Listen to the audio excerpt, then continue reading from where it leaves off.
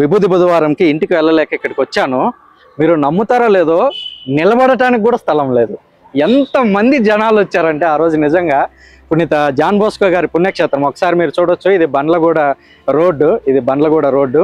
Father, ముందుగా మీకు నా సైడ్ నుంచి కృతజ్ఞతలు. ఎందుకనంటే నన్ను ఒక రిసోర్స్ పర్సన్గా మీరు ఇక్కడికి పిలిచారు, ప్రత్యేకంగా కృతజ్ఞతలు. ఒక సొల్యూషన్ గురువుగా మా గోలు, మా ఆతృత కూడా యవనస్తులకి ఏదో ఒక పని చేయాలని, నేను దీన్ని సాధించాలి లేదా యూత్కి ఇవి అందించాలి, ఈ కొత్తగా ఇది ఏదైనా చేయాలి, ఇంతకు ముందు లేనిది, అట్లాంటి థాట్స్ ఏమన్నా మీరు కలిగి ఉన్నారా? యాజ్ ఆఫ్ నో కొంచెం ఇబ్బంది అయింది ఫస్ట్, స్పీడ్ అందుకోవడానికి. అంటే ఫాదర్ స్పీడ్గా ఉన్నారంటున్నా, యూత్ ముందు మనం స్పీడ్గా ఉండాల్సింది. ఓకే, ప్రెసిడెంట్ అయిపోయారు, ఇప్పుడు సెక్రటరీ మాటల్లో విన్నాం ఫాదర్ గురించి. మా ప్రెసిడెంట్ చెప్పినట్టు అవును, ఫాదర్ ఎప్పుడు స్పీడ్ గా చాలా ఫాస్ట్ గా ఉంటారు, but is a man with a vision. Thank you bro, services కి కృతజ్ఞతలు.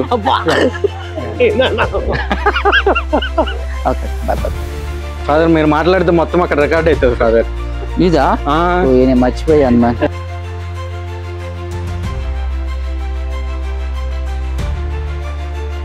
క్రీస్తునాథుని యందు ప్రియమైనటువంటి సహోదరి సహోదరులారా, ఇవాళ మనం ఎక్కడున్నామంటే హైదరాబాద్లోని బండ్లగూడలో ఉన్న సెయింట్ జాన్ బోస్కో పుణ్యక్షేత్రంలో ఉన్నాం. ఈ పుణ్యక్షేత్రానికి ఈరోజు ప్రత్యేకించి ఇది రికార్డు చేస్తున్న రోజు ఒక ప్రత్యేకత ఉంది. అదేంటి అని అంటే, ఇక్కడ గత 2 రోజులుగా 2 తెలుగు రాష్ట్రాల్లో ఉన్నటువంటి కథోలిక యువతని ఇక్కడికి పిలిపించి ఇక్కడ 2 రోజుల పాటు వాళ్ళకి లీడర్షిప్ కార్యక్రమాలన్నీ కూడా నిర్వహించి వాళ్ళని లీడర్స్గా తయారు చేసేటువంటి కార్యక్రమాన్ని తెలుగు కథోలిక శ్రీసభ ఏర్పాటు చేసింది.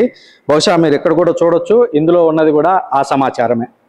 అయితే ఈరోజు నేను మీ ముందుకు రావడానికి కారణం ఏమిటి అని అంటే, ఈ మీటింగ్ మొత్తానికి 2 రోజుల పాటు ఆధ్యాత్మిక కార్యక్రమము ప్లస్ లీడర్షిప్ని తయారు చేసే విధంగా యూత్ని మోటివేట్ చేయడానికి కారణము మన మధ్యలో ఒక ఫాదర్ ఉన్నారు.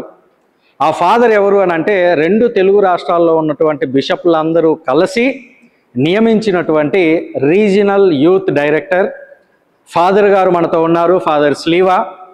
ఫాదర్ కూడా ప్రత్యేకించి డాన్ బోస్కో సభకు చెందినటువంటి వ్యక్తి. దానికి తోడు ఈ పుణ్యక్షేత్రం కూడా డాన్ బోస్కో. కాబట్టి ఇప్పుడు మనం ఫాదర్తో మాట్లాడుతూ వెళ్తాము. ఫాదర్ యొక్క అనుభవాలు ఆయన షేర్ చేస్తూ ఉంటాడు. ఆయన అనుభవాలు 2 రకాలుగా షేర్ చేస్తారు.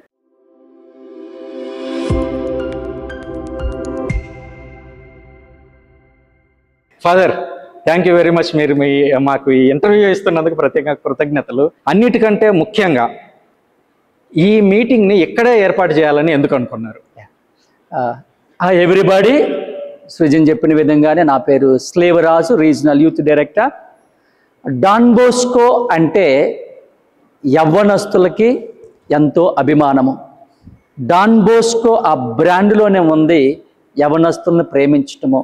ఒక సొల్యూషన్ గురువుగా ఇలాంటి యూత్తో పనిచేయటము నాకు చాలా ఆనందంగా ఉంటుంది. సో సృజన్ అడిగినట్టుగానే ఇక్కడే ఎందుకు చేయాలన్నదే ఒక చక్కటి ప్రశ్న. ఇది డాన్ బోస్కో హెడ్ ఆఫీస్, దీన్ని INH అంటారు, ఇండియన్ ప్రావిన్స్ ఆఫ్ హైదరాబాద్ అని అంటుంటారు. మరి ఈ డాన్ బోస్కో సంస్థలు ఎక్కువగా యవ్వనస్తులకి ఒక ప్రత్యేకమైన ప్రాంతము. ఎన్నో ప్రోగ్రామ్స్ ఇక్కడ జరుగుతూ ఉంటాయి. కాబట్టి మరి మా చైర్మన్ బిషప్ గారైన బిషప్ రాయరాల విజయ్ కుమార్ గారిని సందర్శించి మరి ఈ ప్రాంతంలో ఎన్నుకుందాము అనగానే చాలా సంతోషించినారు. తప్పకుండా ఇక్కడే కండక్ట్ చేద్దామని పర్మిషన్ కూడా ఇవ్వటం జరిగింది. ఇది యవ్వనస్తుల ప్రదేశం కాబట్టి ఎన్నో ప్రోగ్రామ్స్ ఇక్కడే జరుగుతుంటాయి. ఒక సొల్యూషన్ గురువుగా మరి ఈ తెలుగు రాష్ట్రాల యవ్వనస్తులకి ఈ లీడర్షిప్ ప్రోగ్రామ్ కండక్ట్ చేయటము చాలా సంతోషంగా ఉన్నది. Thank you very much father. So మనం ఒకసారి పుణ్యక్షేత్రాన్ని కూడా ప్రజలకు చూపిద్దాము. At the same time John Bosco గారి గురించి మాట్లాడుకుంటూ ముందుకెళ్దాము. తప్పకుండా. స్పెసిఫిక్గా జాన్ బోస్కో అనగానే యూత్ గుర్తొస్తారు. అది ఎందుకు అనేది కొంతమందికి తెలిసి ఉండొచ్చు, కొంతమందికి తెలిసి ఉండకపోవచ్చు. ఎందుకు అంటే ఒక డాన్ బోస్కో గురువుగా మీరేం చెప్తారు?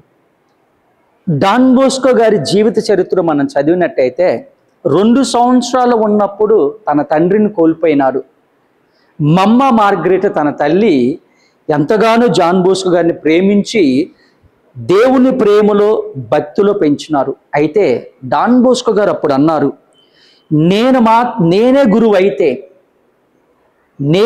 అయితే యూత్ అందరూ కూడా ఒక తండ్రిగా ఉంటాను, వారిని జీవితాలు మారుస్తానని ఒక శబదం చేసి ఒక మంచి గురువుగా పునీతుడిగా అయినాడు. కాబట్టి వారి జీవితం అంతా కూడా యవ్వనస్తుల కోసము దారబోయటం జరిగింది. మీరు చూస్తున్నారు పెద్ద పుణ్యక్షేత్రం ఇది. ఈ పుణ్యక్షేత్రం కూడా ప్రత్యేకించి మీరు అబ్జర్వ్ చేస్తే మన ఇండియన్ స్టైల్ అనేది దీంట్లో ఉట్టిపడుతూ ఉంది. సో జాన్ బోస్కో పుణ్యక్షేత్రంలో ఇది కూడా ఒక ప్రత్యేకత అని చెప్పొచ్చు. అండ్ మీరు చుట్టూ తిరిగి చూసినట్లయితే ఈ చుట్టూ కూడా మీరు చూడొచ్చు గ్రీనరీ కనిపిస్తూ ఉంది. ఎంత ప్రశాంతంగా ఇక్కడ ఉంది అని అంటే నిజంగా ఇక్కడికి రావడం, ఇక్కడ ప్రార్థన చేసుకోవడం మీకు అందరికీ చాలా ఖచ్చితంగా ఉపయోగపడుతుందని నేను చెప్పగలను. ఇప్పుడు మళ్ళీ మనం ఫాదర్ గారి దగ్గరికి వెళ్దాము. ఫాదర్, ఈ హైదరాబాద్లో ప్రత్యేకించి ఈ పుణ్యక్షేత్రం దగ్గర మీకు నచ్చినటువంటి స్థలం కానీ, మీకు ఇక్కడ ఫేవరెట్ ప్లేస్ ఏదన్నా ఉందా? సృజన్, మంచి క్వశ్చన్ అడిగావు. ఈ డాన్ బోస్కో పుణ్యక్షేత్రంలో నాకు బాగా నచ్చింది ఏంటంటే ప్రార్థనా జీవితము. ఇక్కడ విశ్వాసులు కూడా చాలా ప్రార్థనా జీవితానికి లోనై ఉన్నవారు. గురువులందరూ కూడా చాలా భక్తిపూర్వకంగా సాంగ్యాలు కానీ, దివ్య బలి పూజ కానీ ప్రతిదీ కూడా చక్కగా నిర్వహిస్తుంటారు. ఎన్నో ప్రాంతాల నుంచి కూడా, ఎంతో దూరం నుంచి కూడా ఈ పుణ్యక్షేత్రానికి వస్తుంటారు. చాలామంది చెప్పేది, వాళ్ళు భావించేది ఏంటంటే వాళ్ళ జీవితంలో ఒక అనుభూతి, ఒక ప్రార్థనా జీవితాన్ని వాళ్ళు అనుభవిస్తున్నారని ఎంతోమంది విశ్వాసులు తెలియపరుస్తున్నారు. అందుకే ఈ పుణ్యక్షేత్రం అంటే, నేను హైదరాబాద్ ఎప్పుడు వచ్చినా సరే మా ప్రొవిన్షియలేట్ కాబట్టి ఇక్కడ నేను తప్పకుండా దివ్య బలి పూజలో పాల్గొంటాను. నా పర్సనల్ కూడా ఆధ్యాత్మికంగా ప్రార్థనలో గడుపుతుంటాను. ఎస్ ఫాదర్, నేను కూడా ఒక విభూతి బుధవారంకి ఇంటికి వెళ్ళలేక ఇక్కడికి వచ్చాను. మీరు నమ్ముతారో లేదో, నిలబడటానికి కూడా స్థలం లేదు. ఎంతమంది జనాలు వచ్చారంటే ఆ రోజు నిజంగా పునీత జాన్ బోస్కో గారి పుణ్యక్షేత్రం. ఒకసారి మీరు చూడొచ్చు, ఇది బండ్లగూడ రోడ్డు. మీకు కుడివైపున, మీరు చూస్తున్న దానికి కుడివైపున మెయిన్ ORR ఉంటుంది. అక్కడ నుంచి చాలా దగ్గర. సో ఇక్కడికి రావడం చాలా ఈజీ. ఖమ్మం డయాసిస్కి చెందినటువంటి గురువు. ఖమ్మం డయాసిస్లో ఆల్రెడీ గురువులు ఉన్నారు, అక్కడ డయాసిస్ గురువులు ఉన్నారు. మరి ఆ డయాసిస్ను చూజ్ చేసుకోకుండా ఎందుకని జాన్ బోస్కో సభలో చేరాలని డిసైడ్ అయ్యారు? చాలా చక్కటి ప్రశ్న అడిగావు సృజన్. నేను 10th చదివే సమయంలో బోస్కో మార్గం అని డాన్ బోస్కో సంస్థ ఒక మ్యాగజైన్ ఉంది. ఆ మ్యాగజైను నేను చదువుతున్నప్పుడు ఆ డాన్ బోస్కో గారి పేరు, తన ఫోటో, డాన్ బోస్కో సంస్థ చేస్తున్న ఆ యాక్టివిటీ చూడగానే నాకు చాలా సంతోషం అనిపించింది. బహుశా దేవుడు ఈ మార్గంలో నన్ను ప్రయాణం చేయమని ఎన్నుకున్నాడా అన్నట్టుగా అనిపించి డాన్ బోస్కో సంస్థలో చేరటం జరిగింది. ఈరోజు దేవుని కృప వల్ల ఒక చిన్న గ్రామము నుంచి ఈ ఒక సొల్యూషన్ గురువుగా దేవుడి చేత ఎన్నుకోబడ్డాను. Good evening. Thank you. కానీ సభలో చేరిన తర్వాత నేను కూడా కొంతమంది సెమినరియన్స్ నుంచి విన్నది, లేదా బ్రదర్స్ నుంచి విన్నది ఏంటంటే, సెమినరీ లైఫ్ అనేది చాలా ఏమంటారు, ఏలియనేటెడ్ లైఫ్ లాగా, ప్రపంచానికి దూరంగా, ఒంటరిగా, నేను అందరిలో కలవలేకపోతున్నాను. మా ఫాదర్ ఇక్కడ ఫ్యాన్స్ అందరు బాగానే ఉన్నారు ఫుల్గా. ఓకే, సో మేము కలవలేకపోతున్నాము ప్రజల్లో కాదు, చుట్టుపక్కల ఉన్నటువంటి బ్రదర్స్తో. మరి అలాంటి బ్రదర్స్కి మీరు ఏం సూచనలు ఇస్తారు?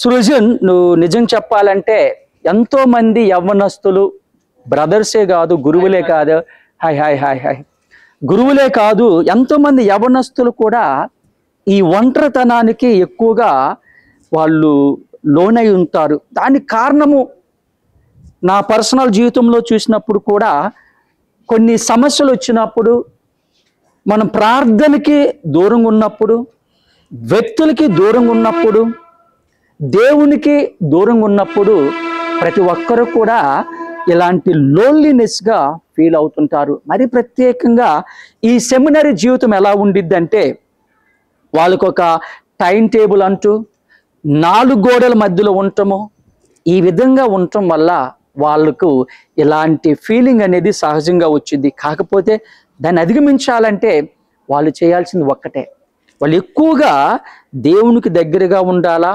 మనుషులతో కలిసిమెలిసి ఉండాలా. ఎప్పుడైతే మనం మనుషులతో కలిసిమెలిసి జీవిస్తుంటామో చాలా సంతోషంగా ఉంటారు. ఒక ఆధ్యాత్మ గురువు ఈ విధంగా చెప్తే బుక్లో నేను చదివాను. అదేంటంటే, దేవుడు మనుషుల్ని ఇచ్చింది ప్రేమించటానికి, వస్తువులు ఇచ్చింది వాడుకోవటానికి. కానీ ఈ రోజులలో మనుషులు ఏం చేస్తున్నారంటే, వస్తువుల్ని ప్రేమిస్తున్నారు, మనుషుల్ని వాడుకుంటున్నారు. దానివల్లనే మనిషి జీవితంలో ఎన్నో ఇబ్బందులు, అదొక ఒంటరితనానికి కూడా మనుషులు గురవుతుంటారు. నిజమే ఫాదర్, మీరు అన్నది ఎగ్జాక్ట్గా ట్రూ అని కూడా చెప్పాలి. చాలా సందర్భాల్లో మనుషుల్ని వాడుకుంటుంటారు, వస్తువుల్ని ఉపయోగించుకుంటుంటారు. సో మీరు చెప్పింది అక్షరాల సత్యం. ఇప్పుడు మనం గమనిస్తే ఒకసారి మళ్ళీ ఈ పుణ్యక్షేత్రాన్ని చూస్తే ఇక్కడేమో చర్చ్ కనిపిస్తుంది, ఇటువైపు ఇంకొన్ని బిల్డింగ్స్ ఉన్నాయి. సో ఇటువైపు మీరు బ్యాక్ లో చూస్తే ఒక్కసారి ఇక్కడ చూస్తే మనం పైన డాన్ బోస్కో స్కూల్, ఇదంతా కూడా చాలా పెద్ద స్కూలు. మీరు ఏ రోజు మార్నింగ్ టైంలో వీక్లో అలా రోడ్డు మీద వచ్చారు అని అంటే అది మొత్తం జామ్ అయిపోయి ఉంటుంది, ట్రాఫిక్ జామ్. ఆటోలు, బస్సులు, తర్వాత బైక్స్, తల్లిదండ్రులు అందరూ వచ్చి పిల్లల్ని ఇక్కడ వదిలిపెడుతూ ఉండడం నేను చూశాను. ఎందుకంటే ఆ దారిలో నేను కొన్నిసార్లు వెళ్తున్నప్పుడు దాన్ని అబ్జర్వ్ చేశాను. Thank you father. అటు కూడా వెళ్ళి మనం అక్కడ ఏమున్నాయో ఒకసారి పరిశీలిద్దాం. Right bro. ఫాదర్, ముందుగా మీకు నా సైడ్ నుంచి కృతజ్ఞతలు. ఎందుకనంటే నన్ను ఒక రిసోర్స్ పర్సన్గా మీరు ఇక్కడికి పిలిచారు, ప్రత్యేకంగా కృతజ్ఞతలు. అయితే ఈ మీటింగ్ లీడర్షిప్గా తయారు చేయాలి యూత్ని అని అసలు ఆ థాట్ ఎందుకు వచ్చింది మీకు? చాలా చక్కటి ప్రశ్న అడిగావు సృజన్. ఎందుకంటే నేను 3 విషయాల్లో యవ్వనస్తులను గమనించినాను. ఒకటి సమాజంలో, రెండోది స్త్రీ సభలో, మూడోది కుటుంబ జీవితంలో. యవ్వనస్తులు ఎప్పుడైతే ఈ 3 విషయాల్లో లీడర్స్గా ఎదుగుతుంటారో కుటుంబం బాగుపడిద్ది, స్త్రీ సభ అభివృద్ధి చెందిద్ది, సమాజం అభివృద్ధి చెందిద్ది. అందుకనే నాకు అనిపించింది ఏంటంటే యవ్వనస్తుల్నే మొదటి నుంచి ఒక మంచి లీడర్స్గా తయారు చేస్తే 3 విషయాల్లో మనము వారికి సహాయపడుతున్నాము. మొదటి కుటుంబ విషయంలో, రెండోది స్త్రీ సభ విషయంలో, మూడోది సమాజ విషయంలో. అందుకే టీసీబీసీ యూత్ కమిషన్ ఒక ఆబ్జెక్టివ్ ఇదే చూపిస్తుంది. ఈ టీసీబీసీ యూత్ కమిషన్ ఆబ్జెక్టివ్ ఏంటంటే వారిని మంచి క్రైస్తవులుగా, రెండవది రెస్పాన్సిబుల్ సిటిజన్స్గా తయారు చేయాలన్నదే టీసీబీసీ యొక్క యూత్ కమిషన్ యొక్క ముఖ్య ఉద్దేశము.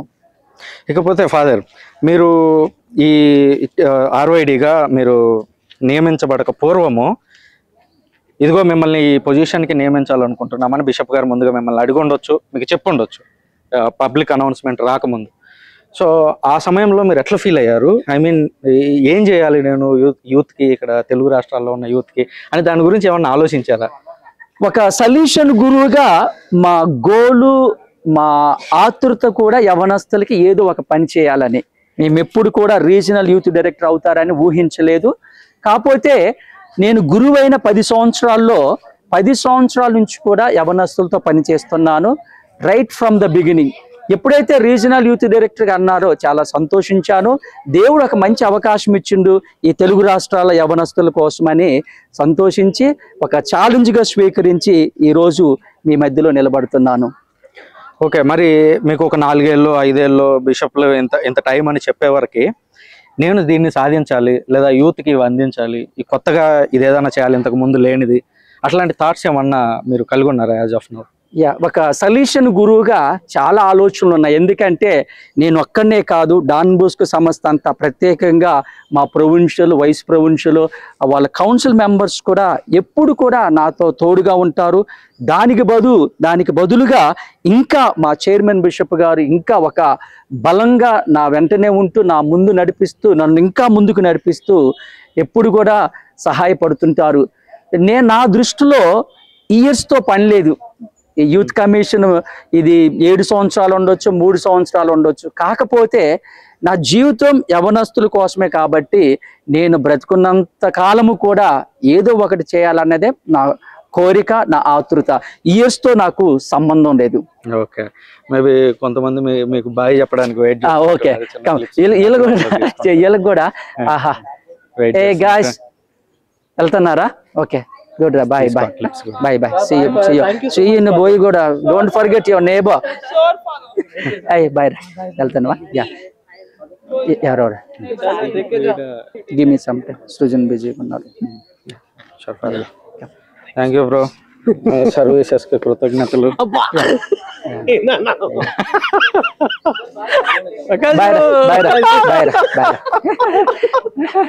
Yes, okay. గుడ్. ఇదిగో మీరు చూడొచ్చు, నువ్వు ఫాదర్ గారు రీజనల్ కర్నూలు కనిపించావు. ఆయన కింద పనిచేసిన వ్యక్తి ప్రెసిడెంట్ ఈయన మా రాజు గారు. మామూలుగా సాధారణంగా ప్రకాష్ అని పిలుస్తుంటాడు అప్పుడు. కింద ఉంటారు. సో ఫాదర్ గారితో చాలా క్లోజ్ గా పనిచేసినటువంటి వ్యక్తి. ఈయనతో పాటు ఇంకొక అమ్మాయి కూడా బాగా పనిచేస్తుంటారు, తను అక్కడ ఉంది. వీలైతే జూమ్ చేయండి, లేకపోతే లేపేయండి, ఏం పర్వాలేదు. అది అక్కడ ఉంది.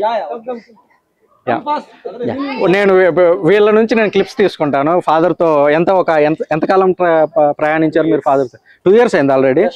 సో ఓకే, నేను ఫాదర్ నుంచి ఇంటర్వ్యూ తీసుకుంటున్నా. సో ఫాదర్ ఇప్పటి వరకు చెప్తున్నాడు, నేను యూత్కి అది చేయాలనుకుంటున్నా, ఇది చేయాలనుకుంటున్నా అని. ఇప్పటి వరకు మీరు 2 సంవత్సరాలు ఆయనతో పాటు వర్క్ చేశారు. సో ఎట్లా ఉంది? ఆయన ఏమన్నా మిమ్మల్ని తలకాయ తిన్నాడా? ఆయనకు అసలు ముందు ఏం గోల్ ఇలాంటివి ఏమన్నా ఉన్నాయా? మీరు అబ్జర్వ్ చేశారు, ఎందుకంటే మీరు ఆయనతో క్లోజ్ గా వర్క్ చేశారు. Thank you Krishnakaran. Okay father, మీరు మాట్లాడితే మొత్తం అక్కడ రికార్డ్ అవుతుంది ఫాదర్. ఇదా నేను మర్చిపోయాను మ్యాన్. ఏమన్నా మాట్లాడారు? సీక్రెట్లు బ్యాంక్ ఏం లేవు, ఏం మాట్లాడలేదు. నాకు ఉపయోగపడతాయేమో. ఓకే, మళ్ళీ ఫస్ట్ నుంచి. ఫాదర్ గారితో కలిసి 2 ఏళ్ళు వీళ్ళు ప్రయాణం చేశారు ఆల్రెడీ. సో మరి ఫాదర్ ఎలా వర్క్ చేస్తున్నారు, ఆయన డ్రీమ్ ని వీళ్ళు ఏమన్నా చూడగలిగారా అని అడుగుదాం. వీళ్ళు ఎవరు అని అంటే, ఈయన ప్రెసిడెంట్, ఆమె సెక్రటరీ. సో వీళ్ళిద్దరూ 2 సంవత్సరాల పాటు ఫాదర్తో ప్రయాణించారు. సో వాళ్ళ మాటల్లోనే విందాము, నేనేం ఎక్స్ట్రా మాట్లాడాను. సో బ్రదర్, మీరు ఫాదర్తో కలిసి పనిచేయడానికి ట్రై చేశారు, పనిచేశారు. సో ఎలా ఉంది ముందు ఆయనతో పనిచేయడం? ఫస్ట్ ఫాదర్ తో మనం పనిచేసినప్పుడు నాకైతే, అంటే శ్రీకాకుళం డివైడ్ గా ఫాదర్ ఉన్నప్పుడు జస్ట్ ఒక 2 ప్రోగ్రాంలకు నేను పోయినప్పుడు ఫాదర్ చాలా, అంటే ఆ ఫాస్ట్ స్పీడ్ ఉంది కదా, స్పీడ్ దగ్గర కొంచెం ఇబ్బంది అయింది ఫస్ట్. అంటే ఆ స్పీడ్ అందుకోవడానికి. అంటే ఫాదర్ స్పీడ్ గా ఉన్నారు అంటున్నా? చాలా స్పీడ్ గా ఉన్నారు. యూత్ ముందు మనం స్పీడ్ గా ఉండాల్సింది. ఓకే, అది ఫాదర్ చూసినాక ఓకే మనం ఇంకా స్పీడ్ వెళ్ళాలని చెప్పి ఆయన 60 అయిన తర్వాత ఆయన స్పీడ్ అందుకోవడానికి ఇంకా ఇద్దరం కలిసి పరిగెత్తున్నాం అనమాట. చెప్పాలంటే మా టీమ్ ఫాదర్ అందరం కలిసి ఒక రేస్ లో పరిగెత్తినట్టే రోజు. ఒక రోజులో ఎన్నో యాక్టివిటీస్ చేస్తాం, 1 కాదు 2 కాదు. సో చాలా హ్యాపీగా ఉంది ఫాదర్ కలిసి వర్క్ చేయడం. It's challenging. ఫాదర్ మాకు ఎప్పుడప్పుడు ఛాలెంజ్ చేస్తుంటారు అనమాట. ఆయన ఉన్న బిజీ షెడ్యూల్ లో మమ్మల్ని ఛాలెంజ్ చేస్తున్నాడు. ఓకే, నేను ఇంత చేస్తున్నా, మీరు ఎంత చేయాలి యూత్ గా అన్నప్పుడు ఆయన మమ్మల్ని ఛాలెంజ్ చేస్తున్నాడు. So we're taking up the challenge and we're doing it. Okay, president అయిపోయారు, ఇప్పుడు సెక్రటరీ మాటల్లో విందాం ఫాదర్ గురించి. మా ప్రెసిడెంట్ చెప్పినట్టు అవును, ఫాదర్ ఎప్పుడు స్పీడ్ గా చాలా ఫాస్ట్ గా ఉంటారు. But is a man with a vision. ఎప్పుడు యూత్ కోసం ఏదో ఒకటి చేయాలి అన్న ఉద్దేశంతోనే ఉంటారు. ఎప్పుడు ఆయన క్రెడిట్ దేనికి తీసుకోరు. ఆయన ఎంత కష్టపడినా మాకే ఇస్తారు క్రెడిట్. కానీ నిజం చెప్పాలంటే he is the backbone of youth ministry in Telugu region. Wonderful, thank you మీ ఇద్దరికి ప్రత్యేకంగా. ప్రోగ్రామ్ కూడా సక్సెస్ చేసినందుకు మీకు ప్రత్యేకంగా ధన్యవాదాలు, కృతజ్ఞతలు, ఎవ్రీథింగ్. మళ్ళీ ఫాదర్ దగ్గరికి వెళ్దాం, మనము ఫాదర్తో మాట్లాడదాము. సో ఫాదర్తో మనం ఇందాక మాట్లాడుతూ ఉన్నప్పుడు ఫాదర్కి ఏమన్నా విజన్ ఉందా అనేటువంటి అంశాల గురించి మాట్లాడుతున్నాం. సో ఫాదర్, మీరు రాబోయేటువంటి కొద్ది సంవత్సరాల్లో ఏం చేయాలనుకుంటున్నారు మన తెలుగు శ్రీ సభకి, తెలుగు యువతకి? సృజన్, మన చైర్మన్ బిషప్ గారు, మా ప్రొవిన్షియల్ మేము కొన్ని సలహాలు బిషప్ గారి దగ్గర నుంచి తీసుకున్నప్పుడు నాకు అనిపించింది యవ్వనస్తులకి ఇంకా చాలా చేయాలని. ముందుగా వారందరినీ కూడా ఆధ్యాత్మికంగా నడిపించాలని ఒకటైతే, రెండోది ఈ ప్రపంచంలో ఉన్న కాంపిటేటివ్గా టెక్నాలజీ పరంగా ఏఐ, రోబోటిక్స్ వస్తున్న ట్రెండ్ని బట్టి వాళ్ళ వాళ్ళని టెక్నాలజీ విషయంలో ఇంకా ఎంత ముందుకు నడిపించాలన్నదే నా కోరిక. వచ్చే నెలలో యంగ్ ప్రీస్ట్లకి ప్లస్ యంగ్ రిలీజియస్కి ఈ ఏఐ టూల్స్ గురించి ఒక ప్రోగ్రామ్ చేయటం జరుగుతుంది. దీన్ని బేస్ చేసుకొని తెలుగు రాష్ట్రాల యవనస్తులకి ఇంకా ఉపయోగపడే విధంగా ప్రయత్నం చేస్తాము, తప్పకుండా సక్సీడ్ అవుతాము. సో అంటే ఇప్పుడు మీరు యంగ్ ప్రీస్ట్లను తీసుకొని వాళ్ళకి ఏఐ గురించి, ఆ టూల్స్ గురించి ఎక్స్ప్లెయిన్ చేయబోతున్నారు. సో అది యూత్కి ఏ రకంగా లాభం? అది ఫాదర్లకే లాభం అవుతుంది కదా. విషయం ఏంటంటే, నేను ఒక్కరిని పని చేస్తే ఒక 10 మందిని రీచ్ అవుతా. 100 మంది గురువుల్ని తయారు చేస్తే వారు వేల మందికి చేరే విధంగా మనందరికి సహాయపడుతుంటారు. కాబట్టి ఒకటి, నేను ఒక్కనే కాదు, యవనస్తులు ప్రత్యేకంగా యంగ్ ప్రీస్టుల్ని ఒక ఆధ్యాత్మిక విషయం కంటే ఈ టెక్నాలజీ విషయంలో వాళ్ళ ముందు నడిపిస్తే రేపటి రోజున వాళ్ళ విచారంలోను, వాళ్ళ డైసిస్లోను ఎంతోమంది యవనస్తులకి ఉపయోగపడతారని మా ఆలోచన, మా అభిప్రాయము. ఫాదర్, ఈ డాన్ బోస్కో పుణ్యక్షేత్రంలో అటువైపు చర్చ్ ఉంది, ఓకే. ఇటువైపు వస్తే ఇక్కడ 2 ఇన్స్టిట్యూషన్స్ కనిపిస్తున్నాయి, బర్డీ అండ్ అటువైపు ఇంకొక బిల్డింగ్ కనిపిస్తుంది మనకి, మధ్యలో జాన్ బోస్కో స్టాచ్యూ కూడా ఉంది. సో అసలు ఈ 2 ఇన్స్టిట్యూట్స్ ఏంటి, ఇక్కడ ఏం జరుగుతుంటది యూజువల్ గా? సృజన్, ఇది బర్డీ అంటే Bosco institute research and development for youth. ఈ బర్డీ అనేది యూత్ కోసమే నిర్మించిన ఒక ప్రాంతము. ఏం చేస్తారంటే యూత్కి ఎన్నో ట్రైనింగ్స్ జరుగుతుంటాయి ఇక్కడ. దానికి రెక్టర్ గారైన ఫాదర్ నోయల్, యూత్ డైరెక్టర్ అయిన ఫాదర్ జోజీ, ప్రతి నెల కూడా ఎంతోమంది యవనస్తులు వస్తుంటారు, యంగ్ ప్రీస్టులు వస్తుంటారు, యంగ్ సిస్టర్స్ వస్తుంటారు. వాళ్ళకి ట్రైనింగ్ కూడా ఇక్కడ ఇవ్వటం జరుగుతుంది. అటు వచ్చేసరికి దాన్ని డాన్ బోస్కో ప్రొవిన్షియల్ హౌస్ అంటారు. అంటే మా అధినేత ప్రొవిన్షియల్ అంటుంటాము, వారు ఇక్కడ ఉంటుంటారు. వారితో పాటు వైస్ ప్రొవిన్షియల్ ఎకానమర్ కౌన్సిల్ కూడా కొంతమంది ఇక్కడ ఉంటుంటారు.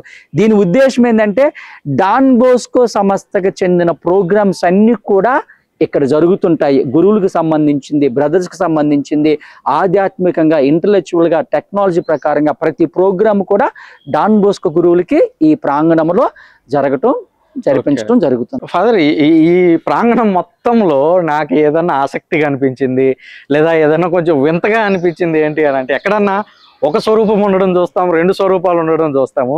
కానీ మీరు ఇక్కడ అబ్జర్వ్ చేస్తే అసలు పిల్లలు ఏదో కూర్చొని ఆడుకుంటున్నట్లుగా, జంతువులు, పక్షులు, ఇన్ని రకాలు. అసలు ఏం జరుగుతుంది ఇక్కడ? దీని ద్వారా ఏం చెప్పాలనుకుంటున్నారు?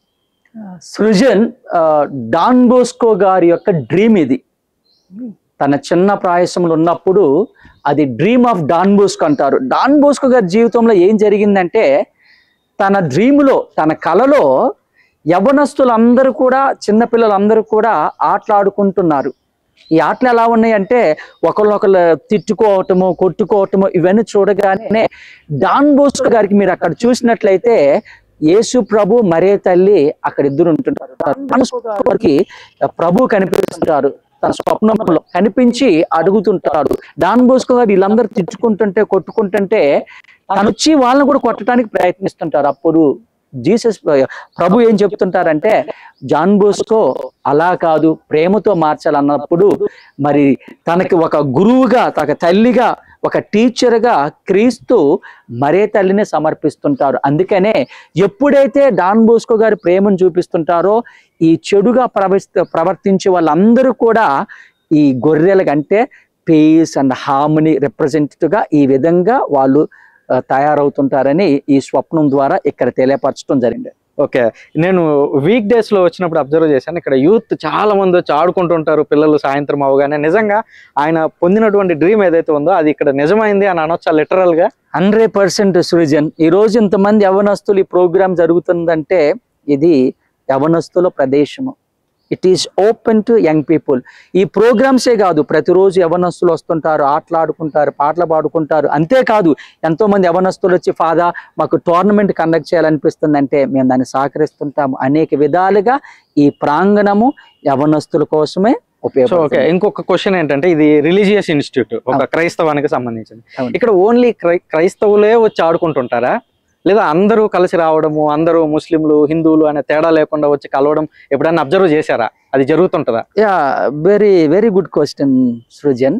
ఈ డాన్ బోస్కో సంస్థ ఎలా ఉండిద్దంటే 2 విధాలుగా మేము యవనస్తులకి సహాయపడుతుంటాము. ఒకటి క్రైస్తవులకి, క్రైస్తవ బిడ్డలకి. రెండోది దాంతోనే ఉండము, ఎంతో మందికి సహాయపడుతుంటాము.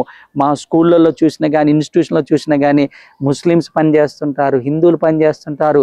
వాళ్ళ పిల్లలు కూడా మా దగ్గరకు వస్తుంటారు.